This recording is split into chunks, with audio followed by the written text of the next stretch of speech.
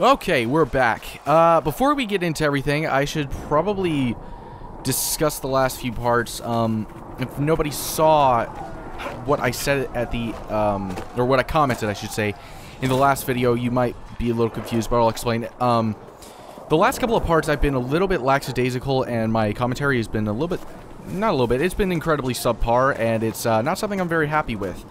I haven't really noticed anybody complaining about the commentary, but it's not good enough. I know it's not good enough, and it's not entertaining. I'm backdropping myself too much. I'm speaking under, like kind of like a, not whispering, but like a very like underhand sort of voice like this, and it's just not entertaining. It's not like it doesn't grab anybody's attention. I'm sure of it.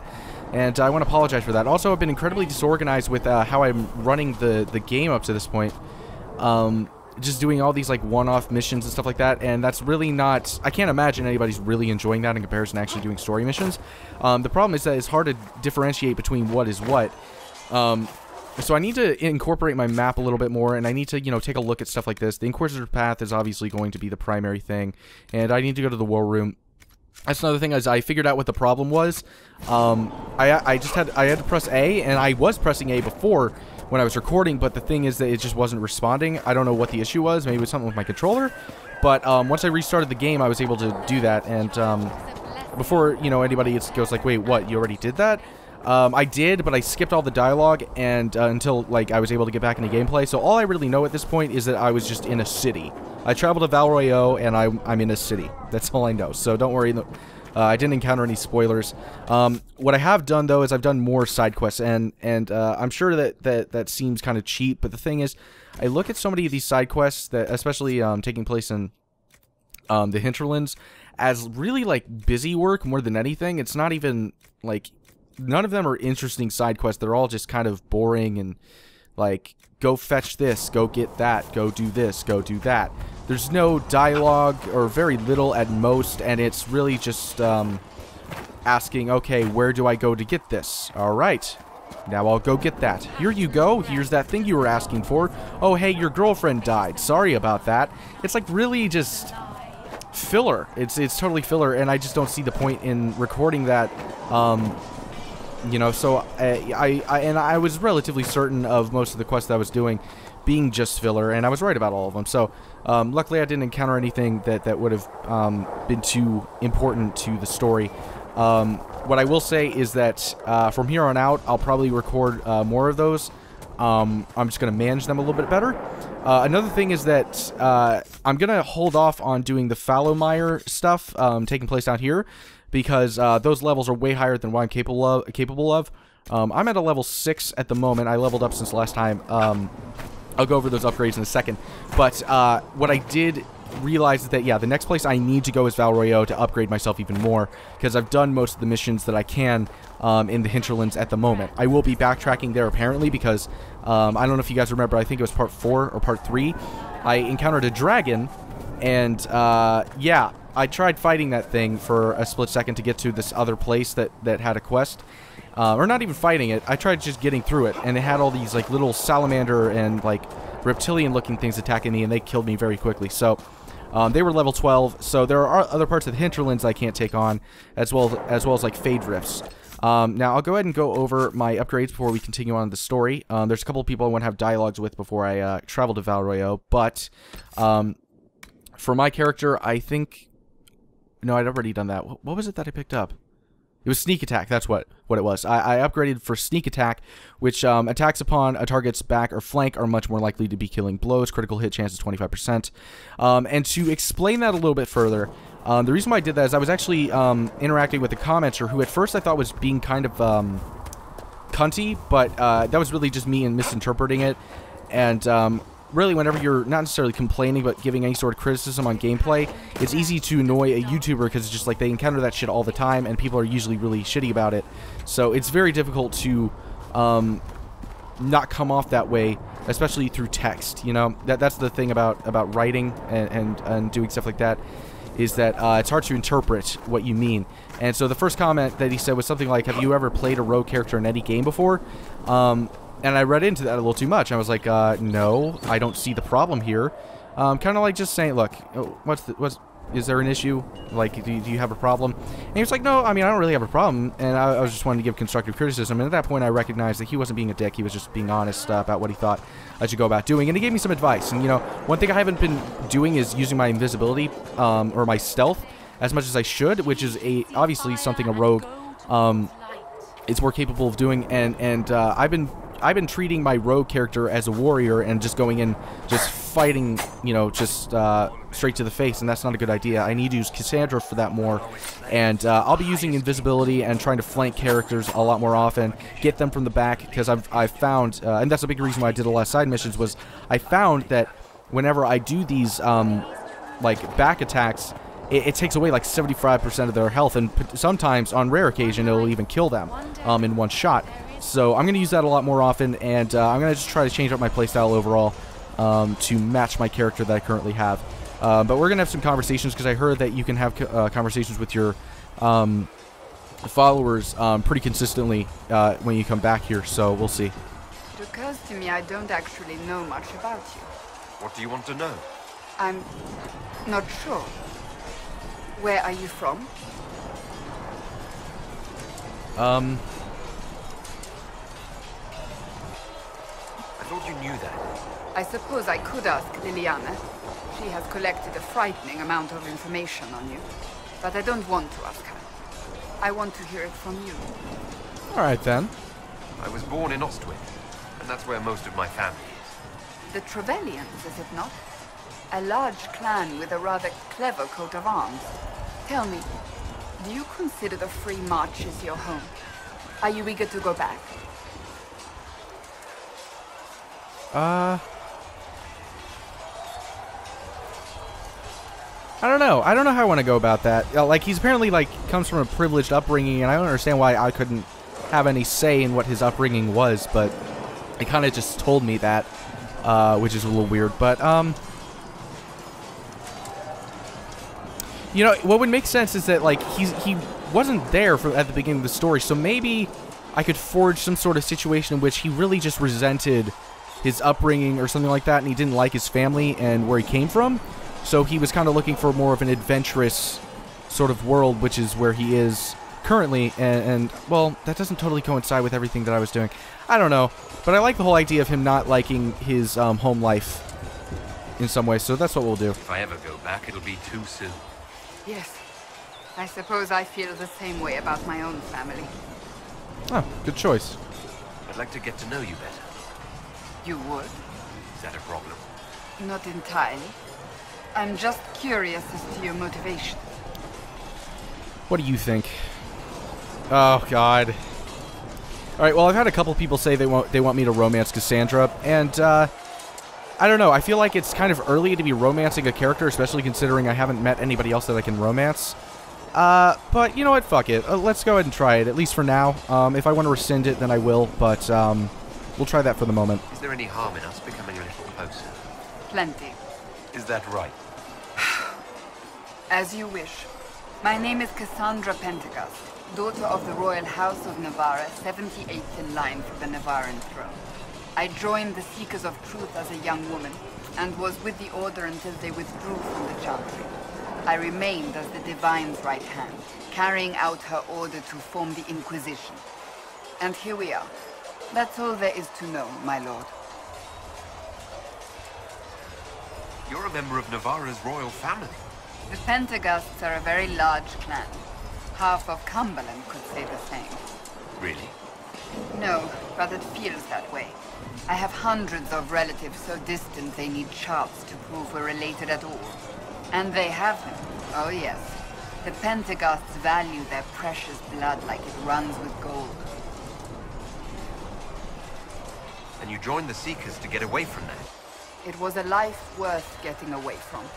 The Pentegasts are famed for dragon hunting, but few actually pursue the craft. Most are fat and lazy. They pay lip service to the Maker and care only for idle pleasures and past glories. My brother was all that kept me in Navarre. Once he was gone, so was I. Tell me about your brother. I would prefer not to speak of Anthony. Another time, perhaps. You don't seem to like your homeland much. My family polluted it for me. What little I saw of my homeland was through the bars of a gilded cage. My uncle treated me like a porcelain doll to be placed on a shelf and dusted only when necessary. Thus I did not see Nevarra, the real Nevarra, until much later. By then I realized I knew it not at all. Your uncle? What about your parents? They had the misfortune of taking the wrong side in the second attempt to overthrow King Marcus. The king executed them, but spared my brother and I since we were family, and children at the time. Thus we were raised by my uncle, a mortalitasi who preferred the company of his corpses to the living. Your uncle was a mortalitasi? A death mage. He still is. My countrymen do not burn the dead, they bury them in special crypts. The mortalitasi supervise the crypts, like priests. Uncle Vestalis oversees the grand necropolis. Nevarrans spend more time honoring dead relatives than they do with living ones. It is odd to be so fascinated with death and its trappings. I will never understand it. So you were the right hand to the Divine? To Divine Justinia, yes. And Divine Beatrix before her, in fact. The position is normally reserved for Templars of the Knights Divine, but my circumstances were unusual. Unusual how? You don't know the story? Thank the Maker. I will tell you if you wish, but it isn't as exciting as some drum it up to be. The short version is that I once saved the previous Divine's life. My reward was becoming her right hand. But what does a right hand do exactly? What is your hand capable of? It gives, it takes, it beckons. Oh. It makes a fist. Liliana and I extended the Divine's reach beyond the Grand Cathedral. We went where she could not. After Beatrix, I was tired of the position and wanted to return to the Seekers. But Justinia convinced me to stay. Her vision for the future gave me hope. You thought she could really change things? Justinian knew the war was coming long before it began. She tried to avert it, but the forces arrayed against her were too strong. Sometimes you have to break a bone so it can be reset. That's where the Inquisition comes in. It was to be the answer. A means to preserve as well as an agent for change. I only wish she had lived to see it. So what's the story about you becoming the right hand? Sweet Andraste, do you really want to hear that? It was, what, 18, 20 years ago? Some still discuss it like it happened yesterday. How old are you? The tale gets bigger each time it's told. I barely recognize myself within it now. That's what happens with stories that become legends. I am not a legend, nor was I then. I was a young woman barely out of training. To hear others tell it, I alone saved Divine Beatrix from a horde of dragons sent to assault the Grand Cathedral. Rather impressive for such a young seeker, wouldn't you say? And the truth is? I stumbled upon a conspiracy to kill Beatrix. A Templar Knight Commander was at its heart. And there was a dragon battle at the Grand Cathedral, but I had help from loyal mages who rallied to the cause. They freed the dragons from magical control. Without them, the Divine and I would both have died. Yet I became the right hand, and they are forgotten. You're delightful. Jesus Christ. He sounds like a white knight. Like some asshole on Twitter that's like trying to get into the pants of like some girl that looks like a 6 at best. Ugh, whatever. What happened to the mages that helped you? They went back to their circles, with rewards and privileges and most holy gratitude. Many of them died at the conflict. Alright. I just hope he doesn't...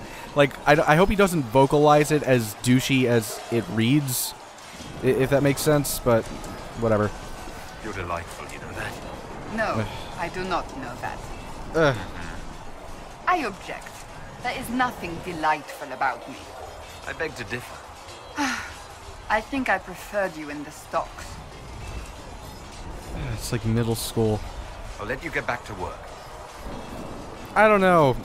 Like, it's not like I'm adversely... When I against romancing characters in general. It just feels like the dialogue in this one in particular is really childish, almost. Not childish in like it's immature, but like a child thought of these answers or something. Just somebody who doesn't know how to actually flirt wrote this. And it's just like, you're delightful.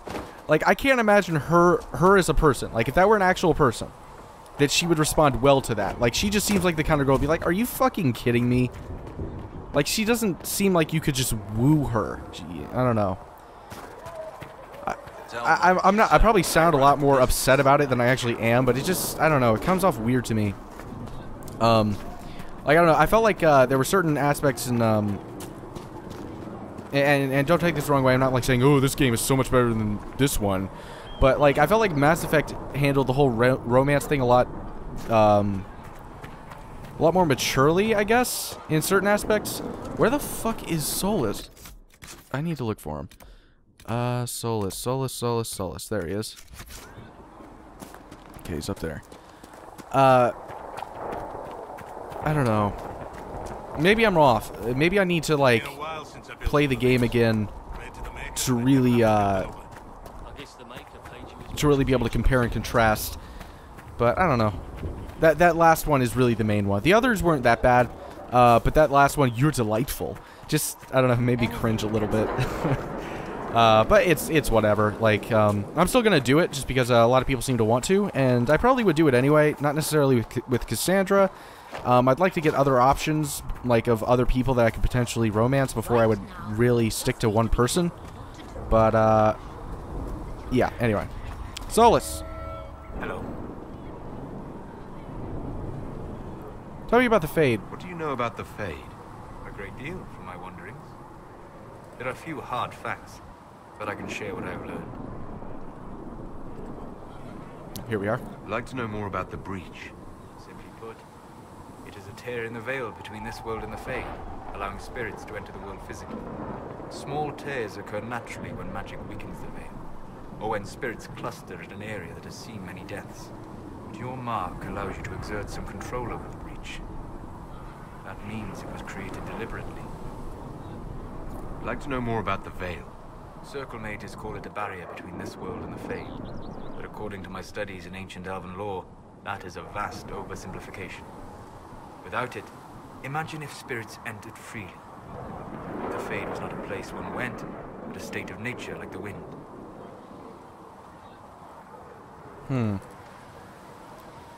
Interesting. It sounds like it would be wonderful. And dangerous. But yes, a world where imagination defines reality.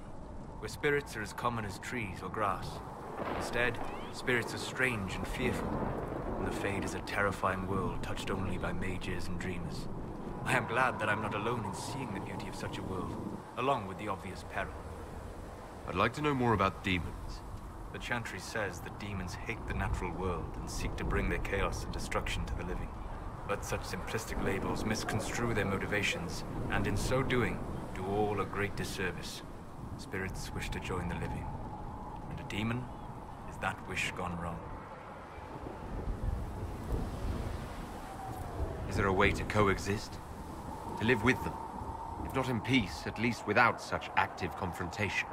Not in the world we know today. The Veil creates a barrier that makes true understanding most unlikely. But the question is a good one, and it matters that you thought to ask. We'll talk later. Goodbye. Yeah, like right now, Greetings. as in later. I'd like to know more about you, Solus. Why? Why not? Privacy. Caution. Concern about the direction of this Inquisition once our work is done. And don't tell me. I wasn't asking as part of the Inquisition. I'm sorry. There's so much fear in the air. What would you know of me? What made you start studying the Fade? I grew up in a village to the north. There was little to interest a young man, especially one gifted with magic. But as I slept, spirits of the Fade showed me glimpses of wonders I had never imagined. I treasured my dreams. Being awake, out of the Fade, became troublesome. Did spirits try to tempt you? No more than a brightly colored fruit is deliberately tempting you to eat it. I learned how to defend myself from more aggressive spirits, and how to interact safely with the rest. I learned how to control my dreams with full consciousness. There was so much I wanted to explore. I gather you didn't spend your entire life dreaming. No. Eventually, I was unable to find new areas in the Fade. Why? 2 reasons. First, the Fade reflects the world around it. Unless I traveled, I would never find anything new. Second, the Fade reflects and is limited by our imaginations. To find interesting areas, one must be interesting. Is this why you joined the Inquisition? I joined the Inquisition because we were all in terrible danger. If our enemies destroyed the world, I would have nowhere to lay my head while dreaming of the Fade. I wish you luck. Thank you. In truth, I've enjoyed experiencing more of life to find more of the Fade. How so? You train to flick a dagger or an arrow to its target. The grace with which you move is a pleasing side benefit. You have chosen a path whose steps you do not dislike because it leads to a destination you enjoy. As have I. You said you traveled to many different places. This world, or its memory, is reflected in the Fade. Dream in ancient ruins, and you may see a city lost to history. Some of my fondest memories were found in crumbling cities, long picked dry by treasure seekers. The best of the battlefields. Spirits press so tightly on the veil that you can slip across with but a thought. Any place in particular? I dreamt at Ostagar. I witnessed the brutality of the Darkspawn and the valor of the Ferelden warriors. I saw Alistair and the hero Ferelden light the signaled fire, and Logain's infamous betrayal of Kaelin's forces. I've heard the stories. It would be interesting to hear what it was really like. That's just it. In the Fade, I see reflections created by spirits who react to the emotions of the warriors. One moment, I see heroic wardens lighting the fire, and a power-mad villain sneering as he lets King Caelin fall. The next, I see an army overwhelmed and a veteran commander refusing to let more soldiers die in a lost cause. You can't tell which is real. It is the Fade. They are all real. Have you always traveled and studied alone? Not at all. I have built many lasting friendships. Spirits of wisdom, possessed of ancient knowledge, happy to share what they had seen. Spirits of purpose helped me search. Even wisps, curious and playful, would point out treasures I might have missed. I don't know of any spirits by those names. They rarely seek this world. When they do, their natures do not often survive exposure to the people they encounter. Wisdom and purpose are too easily twisted to pride and desire.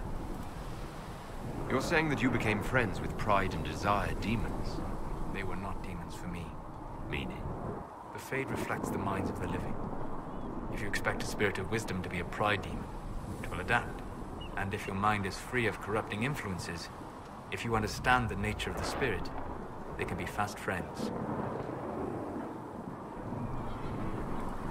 I'm impressed that you could become friends with spirits. Anyone who can dream has the potential. Few ever try. My friends comforted me in grief and shared my joy. Yet, because they exist without form, as we understand it, the Chantry declares that spirits are not truly people. Is Cassandra defined by her cheekbones and not her faith? Varric by his chest hair and not his wit?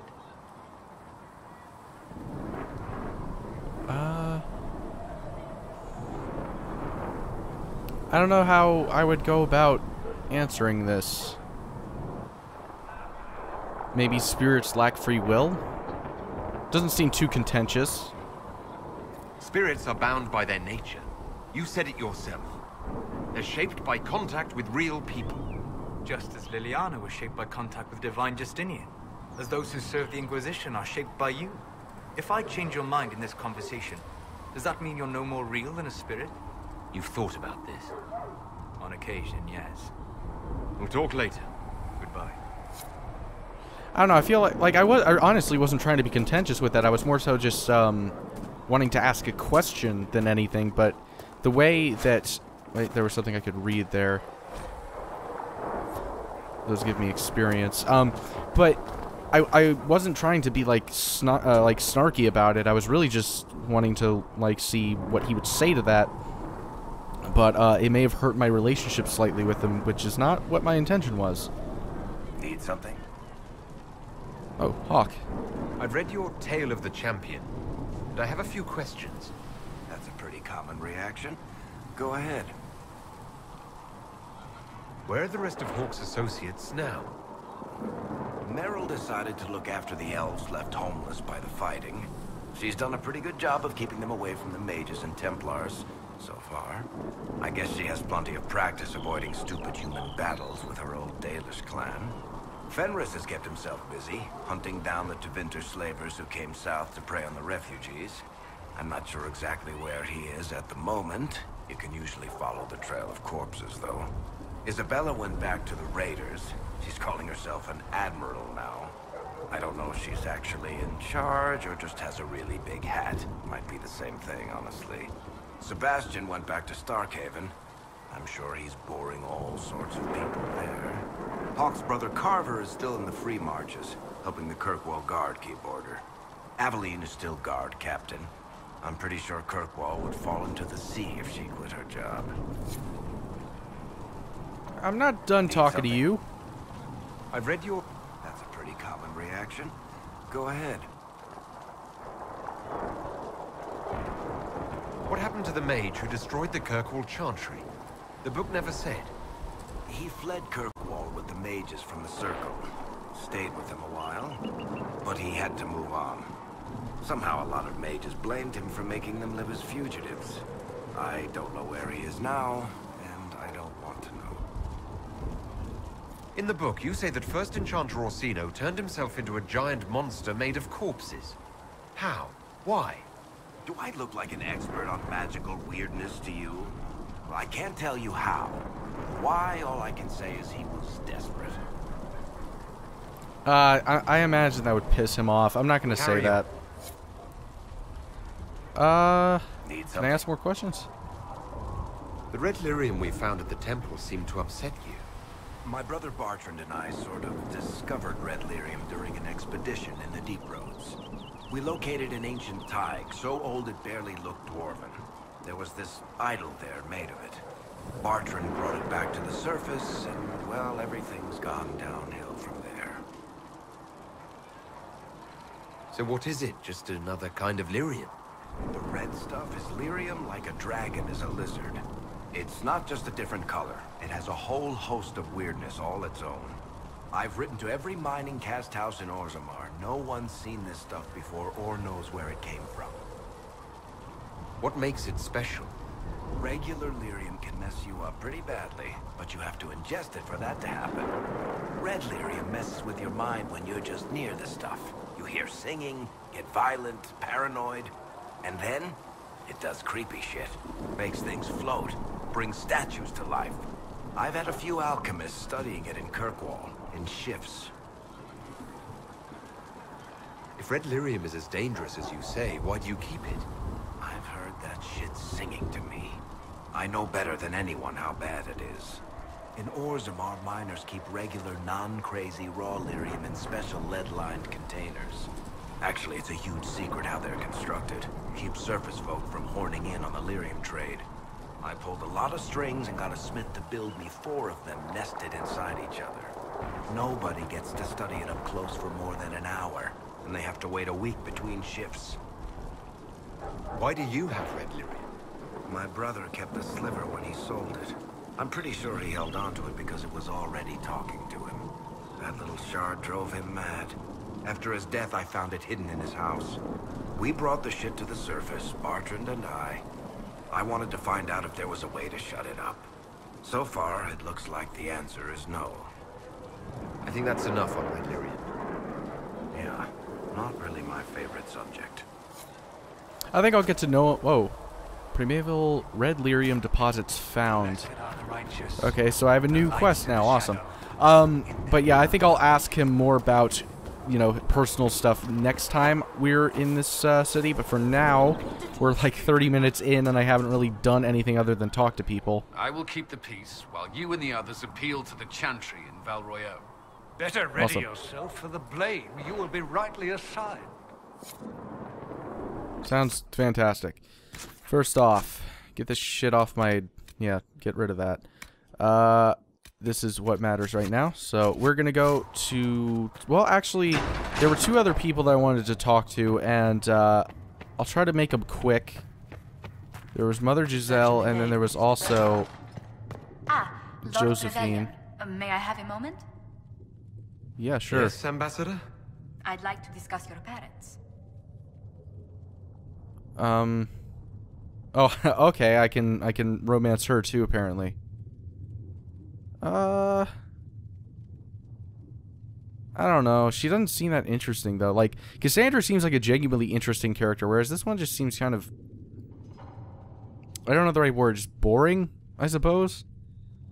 But yeah, let's What just would say you like to certainly. know? I'd like to dispatch a courier asking the bands of House Trevelyan to align themselves with us. What are your thoughts? Should we approach your family for their formal support of the Inquisition?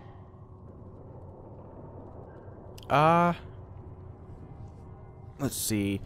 I'm not in their good graces. They adore politics, sadly. Not if it puts them in danger. Yes, they're very religious. I'll do it. They trust me. I like the whole idea. Yeah, I still like that whole thing, like not having a good home life. With the Trevelyan's, my presence may close more doors than it opens. My family and I are not on the best of terms. I'm sorry to hear that. I shall not press the matter, but others will. Royeaux has noted your lineage. It gives the Inquisition some legitimacy, although not so much as we'd hoped. Why not? You are from Ostwick. Orlesian nobles consider the free marches somewhat quaint. I'd call us disorganized. How dare they? Our independence puzzles them. I don't care. Let's try that. Orlesians are just baffled free marchers governing themselves without an empress to hold their hands. A peasant might get away with that insult, but not someone of your stature. Speaking of which, I should thank you for your patience with the simple quarters. The accommodations in Haven are surely rough for someone of your birth. This can't be what you're accustomed to, Ambassador. One adjusts. I stay busy. It helps take my mind from our surroundings. And the cold. And the wildlife. And the lack of civilization for miles around. Why anyone lived here before we found Andraste's ashes, I cannot imagine. Don't worry about me. Haven's more than livable. Really? If that is how you feel, I'm pleased to hear it. Until next time, my lord. I feel like I may have given up the opportunity to do a mission involving my parents, which is not what I was intending. Was there something with Minerva? No, that's the war room. Never mind. Okay, you know what? Let's go ahead and talk to Giselle, and then we'll do the war room. Sound good? Cool. Greetings, Herald of Andraste. How fares your quest to seal the breach? I'm doing everything within my power. A task such as closing the breach is a heavy burden. I hope you do not carry it alone. We remember Andraste, but Andraste did not carry the Chant of Light alone. She had generals, advisors, even her husband for a time. Do everything within your power, but remember those who would help you.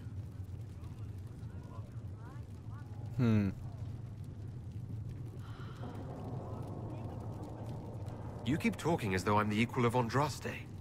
Do you know how unnerving that is? I can only imagine. But we are all given to our purpose under the Maker. A sword does not ask to be forged. And frankly, if such a comparison gives you pause, I do not see that as a bad thing. In any case, I pray this Inquisition proves less brutal than its predecessor. Do you know who the Grand Clerics will choose as the next Divine? It is a difficult decision. All the obvious candidates perished with Divine Justinia at the Conclave. The Grand Clerics are terrified of the Inquisition. They will not decide soon, and I fear they will not decide wisely. Whoever is chosen needs the Inquisition's support. No one else seems likely to seal the breach. I don't believe I've had the chance to speak candidly with a revered mother. Can you tell me about the Chantry? I presume you mean deeper questions about the organization itself.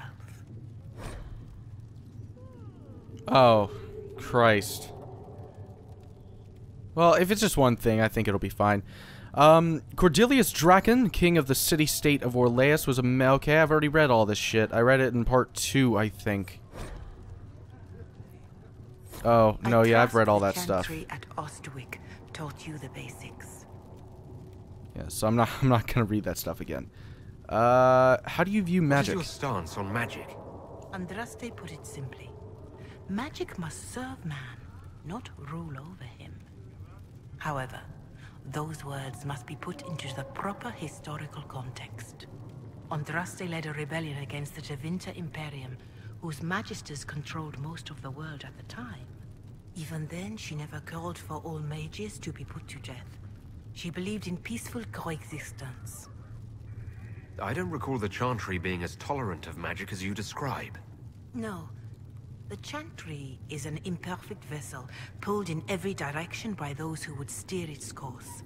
Yet the Templars rebelled precisely because divine Justinia was not restrictive enough. Perhaps the Inquisition will find a better way. Why does the Chantry allow only human women to become priestesses? The official doctrine is that elves and dwarves have turned further from the Maker than humanity. And as for men, the chant holds that they are more vulnerable to anger or passion. But in truth, it is simply political. Added after Andraste's death, like too many of our beliefs.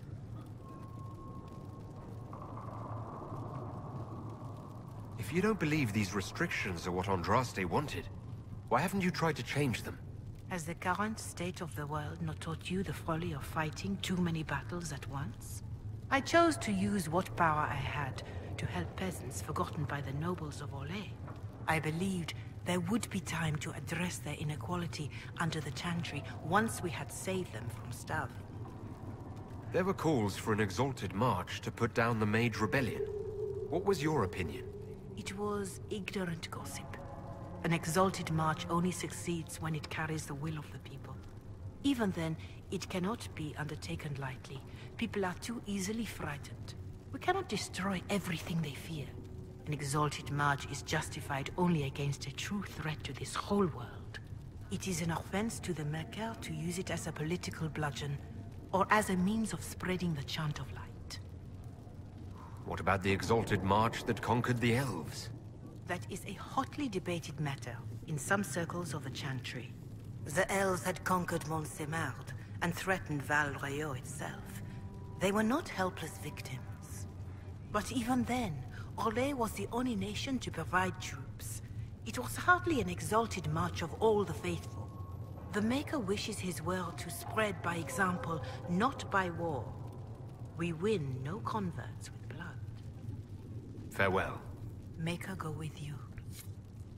Cool. Alright, as I promised, war table, 40 minutes into the video.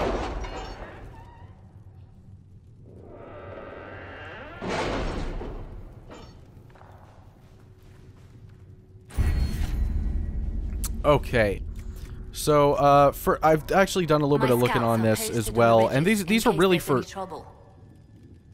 You done? Okay. As it says, these are for perks, so this really just helps me personally. And these are just like, you know, go to the war table, get these people to kind of investigate something for you. Now you know, get something out of it, right? So, let's go and look over the ones that I have available. Okay, so we go to forces. We only have 2. So the first one is Underworld Knowledge. Detailed study of underworld customs and their brutal but practical applications. Open up new dialogue options related to criminal activities and grants 50% XP for each codex entry unlocked. Or Masache's Method. A methodology developed by an Orlesian blade master and used by Chevaliers? That's probably wrong. But to analyze their own performance in combat grants a 5% increase in XP earned from killing foes. That one seems pretty good. So I'll think about that one. Arcane Knowledge, a detailed study of magic and the places and creatures that interact with it. Opens up new dialogue options related to the Fate or Arcane Studies. Grants 50% XP for each codex entry unlocked. Optimal Cutting, detailed studies show how to get the maximum usable harvest from each plant. Grants 10% chance to receive extra herbs with each harvest. Eagle-Eyed, training and spotting where the pattern breaks in nature or in civilization grants a significant increase to the discovery range of the searching action. And trainee herbalist. Gain a collection of tier 1 herbs. We go to connections. We have 4 available. Nobility knowledge, detailed study of politics, rhetoric, and those who wield them to best effect. Opens up new dialogue options related to nobles and politics. Grants 50% XP for each codex entry unlocked. Sterling reputation, thanks to a few well-placed acquaintances and a carefully crafted reputation, merchants will pay the Inquisition 10% more for items sold to them.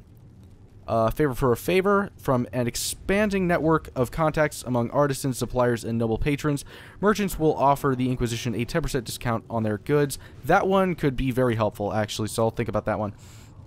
Rare stocks. Inquisition procurers can leverage the organization's reputation to purchase a shipment of rare and valuable raw materials for crafting. Then we go to just Inquisition, which improves coordination and infrastructure. We have 3. History knowledge, detailed study of Thedas' past. Opens up new dialogue options related to history and the Chantry. Grants an additional 50% XP for each codex entry found. Anti-van tailoring. They are famed for their ability to hide pockets seamlessly in garments. A few words to the Inquisition's friends to the north, and its forces can carry more items in the field, so that increases my inventory capacity by 15.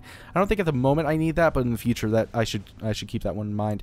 And tempered glass flasks. Better techniques in glassworking make more durable flasks, allowing more potions to be carried safely at one time. Adds 1 more potion slot for all party members. Now, this is another thing that I think would be helpful in the future, but I think something I should really take into account is gaining XP early. And for codex entries, which I come across pretty frequently, I think that that's very important, especially considering it increases it by 50%. So I think XP is very, very helpful. So I'm trying to think of which one I think is the most important. So criminal activities and grants. I haven't really encountered that stuff very often. I'm about to go to Royeaux, so I'm trying to think. They would probably have a lot of stuff regarding the Chantry, so I think that that actually would be a good idea to help increase my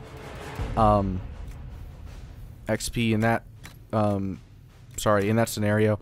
And then I think also, just in general, just having 10% discount on goods is always going to be helpful in any context, so I think that one would be good as well, so we'll do that. So also, we have a few things that have been taken care of. Excuse me. So what I have found is that even while I'm not playing the game, these little assignments that I put my team on will, in the meantime, happen even while I'm not playing. So the watchtowers have been built. Commander Cullen, with the watchtowers built, we've had advanced warning of demon and bandit attacks. This area is safer for both the refugees and the farmers who have fled the nearby fields. Much appreciated, sir. It's good to know that the Inquisition is willing to put in the time to help these people. Corporal Vale. Then the Terran of Highever. Ambassador Montilier. The Inquisition emissaries were a welcome addition to our vigil. As a token of my thanks, I am sending Ferelden arms for your troops. May the Maker grant you never need them. Excuse me. So that's the other one. So I can get a couple other things out of the way if I want to. Right now, I have 3 people at my disposal at all times. So yeah. Excuse me, I'm drinking water pretty frequently because I'm talking a lot. Okay, deal with relatives of the Trevelyan's. Letter from an Inquisition diplomat to Ambassador Montilier. Dear Lady Montilier. I think that's her. I'm almost positive. It is true distant relations with the House Trevelyan are claiming close friendship with the Herald of Andraste. A boast is one matter, but the boundaries of tact and decency appear to be invisible to these mountebanks. During a ball in the South Quarter, I witnessed a cousin 5 times removed from Lord Trevelyan threaten to have the Inquisition fight his rival. He quickly left the party after I made my connection with the Inquisition clear, but the problem stands. We must deal with the Herald's relatives taking his name in vain. Okay, so my family is trying to use my name to fight their battles for him, which is really fucking stupid. So who should we go with? This sort of thing is inevitable. Your relationship... excuse me. Jesus, I was speaking way too fast there. Your relations may become much more circumspect if we promise them future favors. Liliana says, there are ways to indicate our displeasure without tipping our hand. I'm not saying we send assassins, but the rumor of assassins. That seems a little harsh. Colon, the Inquisition isn't a name to throw around lightly. We should openly denounce these people. Well, that could just totally... I don't know. That could really hurt me, though. Like, that could piss off my family if I were to do that. Now, promising them favors in the future might be good, because I can just not do them. I'll be like, dude, I'm trying to save the fucking world. Give me a break. So I think that would be important. Josephine seems very useful, though. Out of all of them, I think the one that is most useful would be her. But let's take a look at this as well. Hard in Hightown, Varric's Revenge. Ruffles, I need a favor, actually. Let's call it a loan, since I'll be paying it back. I got a excuse me. Okay. I got a letter from my editor in Kirkwall today. She tells me that Hard in Hightown 3, the repuncheoning, appeared in print from an anti-van printer a couple weeks ago.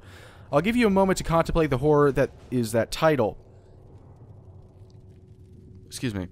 I had my contacts in the Merchants Guild look for the author a couple years back. The best they could find out after spending a couple hundred gold was that, I'm not even going to try that, is a pen name. I could have told them that for free. You've got contacts with the anti-van print houses.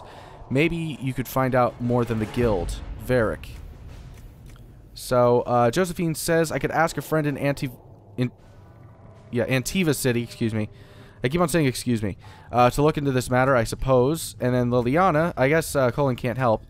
If this author has evaded the Merchants Guild, the Crows might be a better choice for investigating him. I think that's good, plus it's less time.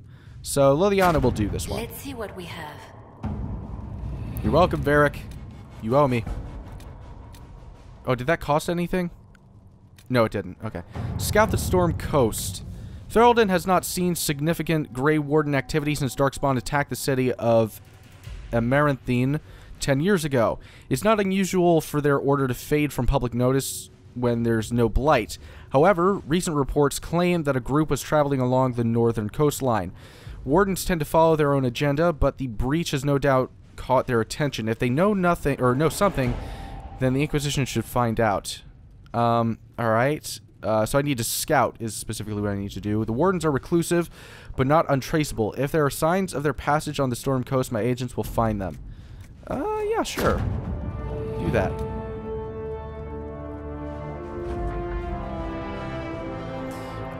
Sister Liliana, Lieutenant Harding led a small complement of soldiers to the Storm Coast region to investigate reports of Grey Warden activity. She sent word that her party had established a camp near the shore, but we have received nothing further. At this time, the status of Harding and her mission remains unknown. Not now. Shit. Well, I will check that out in the future. Not now, but at some point I will. Alright, and then there's this one. Gather coin. Up until now, Inquisition forces have had the benefit of the Chantry's deep coffers. Now the Inquisition is forced to seek out its own resources, or its own sources of revenue if it is going to grow further. Trade in and out of Haven is limited at this point, but there are various opportunities to earn coin, provided the Inquisition is willing to focus its efforts on the matter. Okay, so Colin, we have soldiers, let them protect caravans and do other honest work for coin. And then Josephine, trading in favors with merchants and the nobility is my specialty. It could earn us a great deal if we're careful. Alright, so I'm thinking I'm going to assign Josephine to that one, but just to be sure. I don't know if there's any sort of repercussion that I can face if I assign Colin to this as opposed to Josephine. It actually takes less time with Colin, but I don't know. I don't know if this can come back to bite me in the ass. Josephine could take a lot less time getting the coin, which, you know... To avoid from pissing anybody off, I'm going to assign Josephine to this one. At your service. Just in case.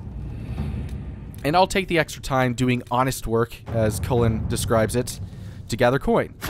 Alright. So that's how we'll do that. Okay, so now we got our 3 guys taking care of shit. Oh, we got something over here, too.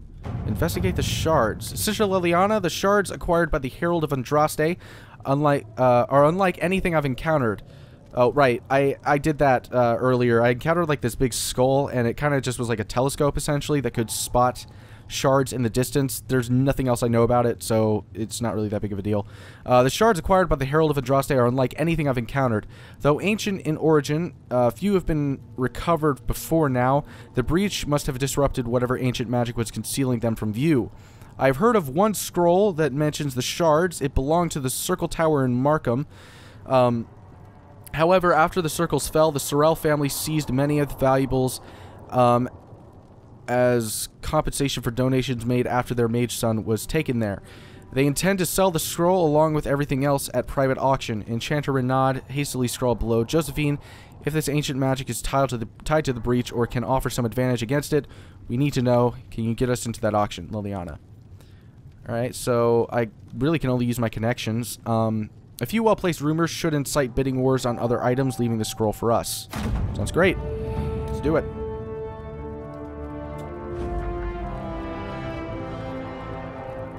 So Liliana investigated the shards. With thanks to our Lady Ambassador, I was able to study the scroll. The reference is vague, but it implies a connection to a temple, possibly elven. I followed the lead and believe one such temple stands in an oasis in the western approach. As to what may lie within, I cannot say. Reports of the place are cut off or have pages missing. I've yet to find a reliable first-hand account. Perhaps our soldiers can provide a better one. Enchanter Renaud. I will not travel there yet. I'm just, opening this stuff up as possibility. So I still have 13 power points, and I need 4, I think, to travel to Val Royeaux. I'll reread this even though I did in the last part, just because. And Jesus Christ, we're almost an hour in, so really I'm just going to be able to get to Val Royeaux, and then we'll pick it up in the next one. Address the Chantry in Val Royeaux. The remaining Chantry clerics have declared the Inquisition heretical.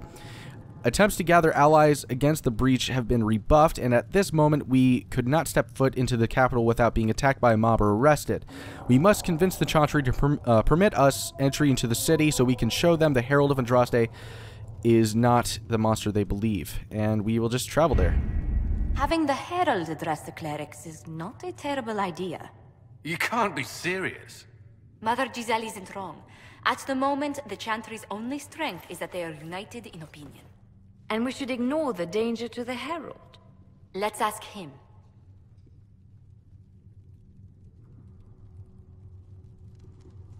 I'm more concerned this won't actually solve any problems. I agree. It just lends credence to the idea that we should care what the Chantry says. I will go with him. Mother Giselle said she could provide us names. Use them. But why? This is nothing but a... What choice do we have, Liliana? Right now, we can't approach anyone for help with the breach. Use what influence we have to call the clerics together. Once they are ready, we will see this through.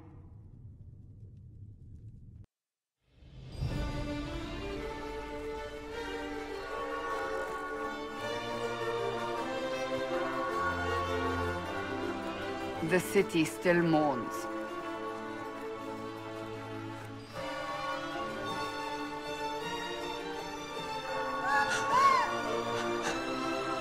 Just a guess, Seeker, but I think they all know who we are. Your skills of observation never fail to impress me, Varric. My Lord Herald. You're one of Leliana's people. What have you found?